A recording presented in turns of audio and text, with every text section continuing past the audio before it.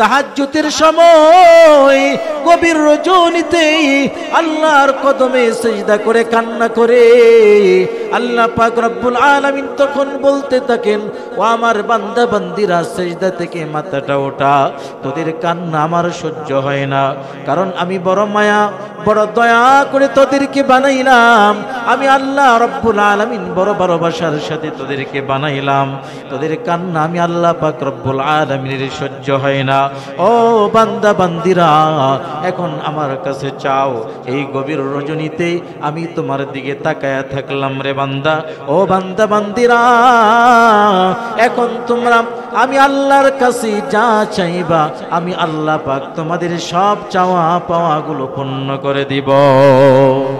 وَلَنَبْلُوَنَّكُمْ بِشَيْءٍ مِّنَ الْخَوْفِ وَالْجُوعِ وَنَقْصٍ مِّنَ الْأَمْوَالِ وَالْأَنفُسِ وَالثَّمَرَاتِ। আল্লাহ পাক রব্বুল আলামিন বলেন, অবশ্যই আমি আল্লাহ পাক রব্বুল আলামিন তোমাদেরকে পরীক্ষা নিব। বিশাইইম মিনাল খাউফ, কিছুটা ভয় ভীতির মাধ্যমে আমি তোমাদেরকে পরীক্ষা করব। দেখা যায় মাঝে মাঝে আমাদের উপরে হুমকি আসে, মাঝে মাঝে ভীতিকর পরিবেশ তৈরি করা হয়। আল্লাহ পাক রব্বুল আলামিন বলেন, এমন ভীতিকর পরিবেশ তৈরি করার মাধ্যমে তোমাদের ঈমানকে আমি পরীক্ষা করব। ওয়াল জুই, খোদার মাধ্যমে তোমাদের ঈমান পরীক্ষা করব। পেটের মধ্যে খাবার নাই, এক বেলা খাইলে আর এক বেলা খেতে পারবা না, এমনটা যখন হয়ে যায় তোমরা মনোবল হারায়ও না, কারণ আমি আল্লাহ পাক তোমাদের ঈমানকে যাচাই বাছাই করার জন্য পরীক্ষা নিয়ে থাকি। ওয়ানাকসিম মিনাল আমওয়াল, সম্পদের সংকীর্ণতার মাধ্যমে অভাব অনটন দিয়া তোমাদেরকে আমি আল্লাহ পাক রব্বুল আলামিন পরীক্ষা নেব। অভাব অনটনে থাকার পরেও আমি আল্লাহকে স্মরণ করো কিনা। অভাব অনটনে যখন তোমরা পড়ে যাও তখন তোমরা আমি আল্লাহকে ডাকো, আমি আল্লাহ পাক তোমাদের অভাব অনটন দূর করে দিব।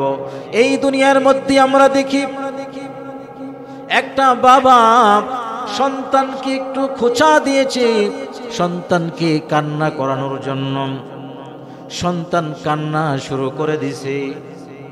সন্তান যখন কান্না শুরু করে দিছে, এবার বাবা সন্তানের কান্না থামানোর জন্য চেষ্টা করে। 10 টাকা দেয়, সন্তানের কান্না থামে না। 100 টাকা দেয়, সন্তানের কান্না থামে না। 500 টাকা নোট বের করে দেয়, সন্তানের কান্না থামে না। এক পর্যায়ে বাবা বলে, ও সন্তান, তোর কান্না আমার কলিজার ভিতরে সহ্য হয় না। ওরে সন্তান, তুই কান্না বন্ধ কর, আজকে তুই যা চাইবি আমি তা দেওয়ার জন্য প্রস্তুত হয়ে যায়। ঠিক তেমনি ভাবে আল্লাহ পাক রব্বুল আলামিন তার বান্দা বান্দীদেরকে বড় পছন্দ করেন, বড় ভালোবাসেন।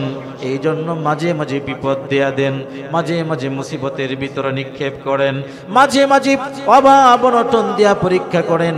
আর আল্লাহ পাক রব্বুল আলামিন যখন দেখেন আল্লাহর বান্দা বান্দিরা কান্না শুরু করে দিছে, তাহাজ্জুদের সময় গভীর রজনীতে আল্লাহর কদমে সিজদা করে কান্না করে আল্লাহ পাক রব্বুল আলামিন তখন বলতে থাকেন, ও আমার বান্দা বান্দিরা সিজদা থেকে মাথাটা ওঠা, তোদের কান্না আমার সহ্য হয় না, কারণ আমি বড় মায়া বড় দয়া করে তোদেরকে বানাইলাম।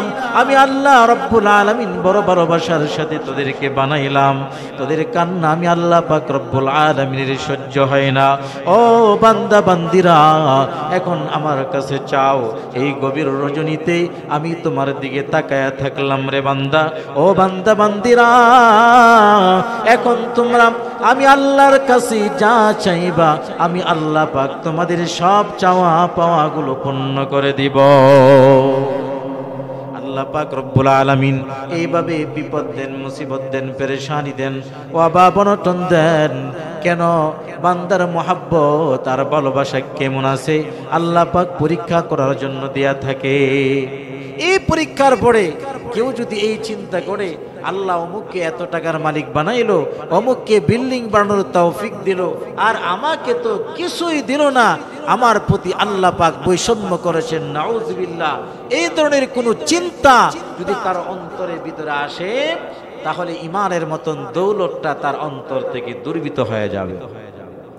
আল্লাহ পাক রব্বুল আলামিন খোদার মাধ্যমে পরীক্ষা করবেন, অভাব অনটনের মাধ্যমে আল্লাহ পাক রব্বুল আলামিন আমাদেরকে পরীক্ষা করবেন। ওয়াল আনফুসি, আল্লাহ পাক জীবন নাশের মাধ্যমে আমাদেরকে পরীক্ষা করবেন। এই বুঝি আমার জীবন চলে যায়, এই বুঝি আমাকে মেরে ফেললো, এইভাবে জীবন ধ্বংসের মাধ্যমে আল্লাহ পাক রব্বুল আলামিন আমাদেরকে পরীক্ষা করবেন। ওয়াসসামারাত, ফসলাদি ক্ষেত খামার বিনষ্ট করার মাধ্যমে আমি আল্লাহ পাক রব্বুল আলামিন তোমাদের ঈমানের পরীক্ষা করব। যদি ঈমানের পরীক্ষায় তুমি উত্তীর্ণ হতে পারো, আল্লাহ পাক রব্বুল আলামিন সাথে সাথে সুসংবাদ দিলেন, ওয়াবাশশিরিস সাবিরিন, যারা এই 5টা পরীক্ষায় উত্তীর্ণ হবে, এই 5টা পরীক্ষায় যারা কৃতকার্য হবে, আমি আল্লাহ পাক তাদের জন্য রেখেছি সুসংবাদ। সুবহানাল্লাহ। যারা এই 5টা পরীক্ষায় সফলতা অর্জন করতে পারবে, তাদের জন্যই আমি আল্লাহ পাক সুসংবাদ রেখেছি। এই দুনিয়ার ভিতরে আমাদেরকে নিয়ামত দান করেছেন, নিয়ামত যেমন দান করেছেন, মুসিবত তেমন দান করেছেন। আল্লাহ পাক রব্বুল আলামিন পরকালে আমাদের জন্য এই দুনিয়ার বিপদ মুসিবতে যদি ধৈর্য ধারণ করতে পারি, পরকালে আল্লাহ পাক রব্বুল আলামিন আমাদের জন্য কি ব্যবস্থা রেখেছেন। হাদিসে কুদসির বর্ণনা সহিহ বুখারীতে এসেছে, 3244 নম্বর হাদিসের বর্ণনা, মুসলিম শরীফের 2824 নম্বর হাদিসের বর্ণনা। আল্লাহর নবী, বিশ্ব নবী, মহানবী, রাসূল আরবি সাল্লাল্লাহু আলাইহি ওয়াসাল্লামের জবানিতে আল্লাহ পাক রব্বুল আলামিনের কথা, আ'দাতু লিইবাদিয়াস সালিহিন মা লা আইনুন রাত ওয়ালা উযুনুন সামিআত ওয়ালা খাতার আলা কলবি বাশার। আল্লাহ নবী সাল্লাল্লাহু আলাইহি ওয়াসাল্লাম জানায় দেন, আল্লাহ পাক রব্বুল আলামিন বলেন, আমার নেককার বান্দা বান্দীদের জন্য আমি আল্লাহ পাক রব্বুল আলামিন এত পরিমাণ নিয়ামতের ব্যবস্থা করেছি, যেই নিয়ামতটা জীবনে কোনোদিন চোখ দ্বারাতে দেখতে পায় নাই, যেই নিয়ামতের বর্ণনা শ্রবণ শক্তি দ্বারাতে কোনোদিন শ্রবণও করে নাই, যেই নিয়ামতের বর্ণনা কখনো অন্তর দ্বারাতে উপলব্ধিও করতে পারে নাই। সুবহানাল্লাহ। এত পরিমাণ নিয়ামত দ্বারাতে আল্লাহ পাক রব্বুল আলামিন আমাদেরকে কিয়ামতের ময়দানে খুশি করে দিবেন আল্লাহ পাক রব্বুল আলামিন। সূরাতুজ যুখরাফের 71 নম্বর আয়াতে আল্লাহ পাক রব্বুল আলামিন বলেন, ওয়া ফিহা মা তাশতাহিহিল আনফুসুম ওয়া তালাজ্জুল আ'য়ুন ওয়া আনতুম ফিহা খালিদুন। আল্লাহ পাক রব্বুল আলামিন বলেন, আল্লাহ পাক রব্বুল আলামিন কিয়ামতের ময়দানে জান্নাতে তাদের জন্য এমন নিয়ামত রেখেছেন, যখন তারা নিয়ামতগুলো দেখতে পাবে তখন তাদের হৃদয়টা প্রশান্তি লাভ করবে এবং চোখের মধ্যে তারা প্রশান্তি হাসিল করবে।